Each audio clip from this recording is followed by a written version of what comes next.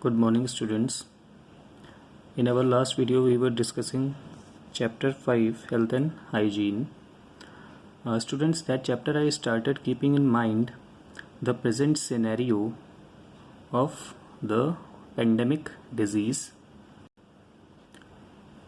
I wanted you people to have the first hand idea regarding the health and hygiene and to prevent yourself from the diseases. So students, whatever you have finished in your book or in your homework copy, you stop at that only. And in today's video we'll take this chapter, transport of food and minerals in plants, and this is the syllabus for your UT. So chapter 1 is the syllabus for your UT.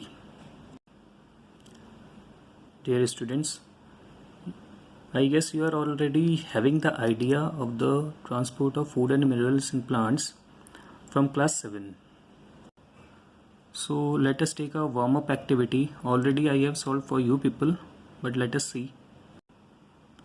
So on page number 1 this warm-up activity is there. So you can see the process is photosynthesis, and this occurs in leaves, and xylem is responsible for water and mineral transport, and phloem is responsible for translocation of food, and the factors responsible for photosynthesis are temperature, CO2 concentration, and some more factors are there like light, etc.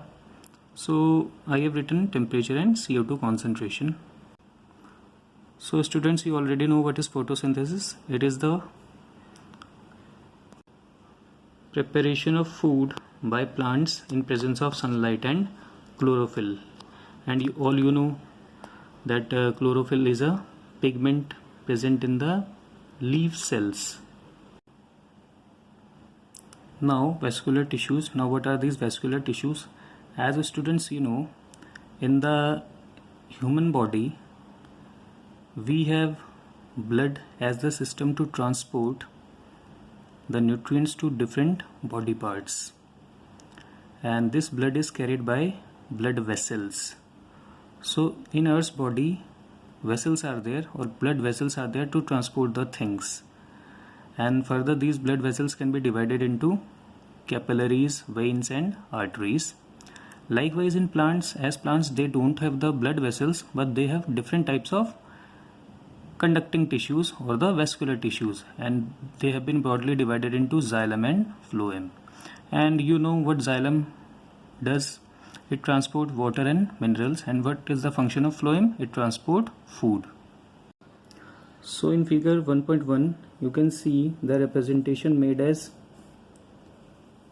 xylem and phloem. Although students, these are microscopic tissues, they cannot be seen like this, but to make you understand they have shown the xylem and phloem in this way. So what is the function of xylem? As it has been written, water and mineral transport, and obviously it takes from soil, that is roots, to the upper part of the plant.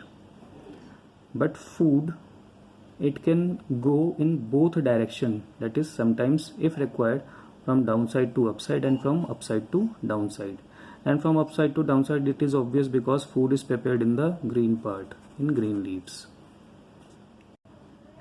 Now students, both xylem and phloem, they are complex tissues, means they are made up of different types of cells.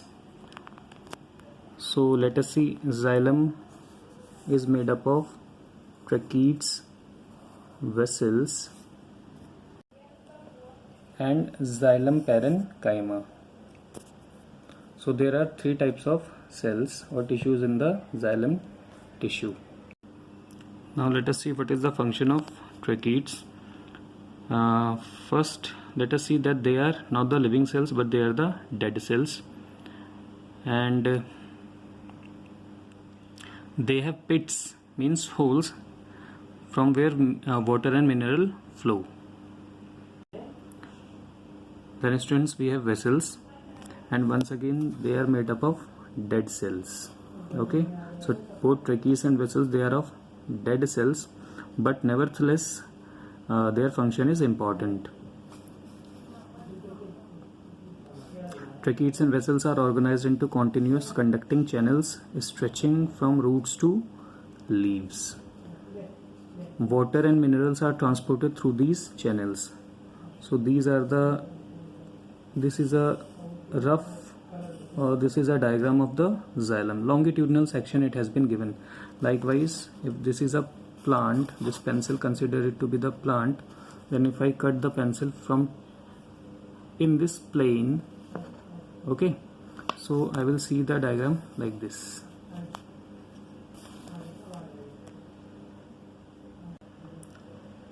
Then we have xylem parenchyma, and this is the only living component of xylem tissues.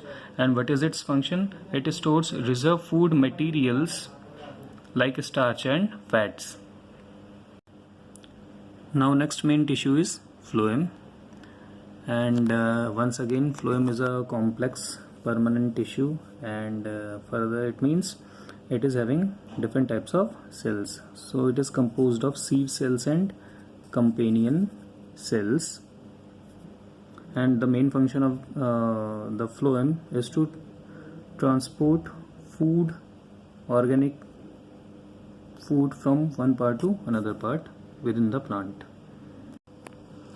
So what is the function of sieve cells? The function of these tissues is to transport food nutrients such as sucrose. It is a form of carbohydrate, students, sucrose and amino acids. And what are these amino acids? You know that proteins, you have heard the name protein, and this is the smallest unit of the proteins. So it is a type of carbohydrate, it is a type of you can say unit of protein, from the leaves to all other tissues of the plant. And this process is called translocation. So what is translocation? It is the transfer of food from one part to another part within the plant. And now what is the function of companion cells? They do not participate in translocation, although they are having a role, but directly they don't take any part. However, they carry out metabolic functions required for the prolongation of sieve elements. Means some reactions are occurring in these companion cells, which are in turn helping the translocation of food. So this is all for today. Goodbye, students.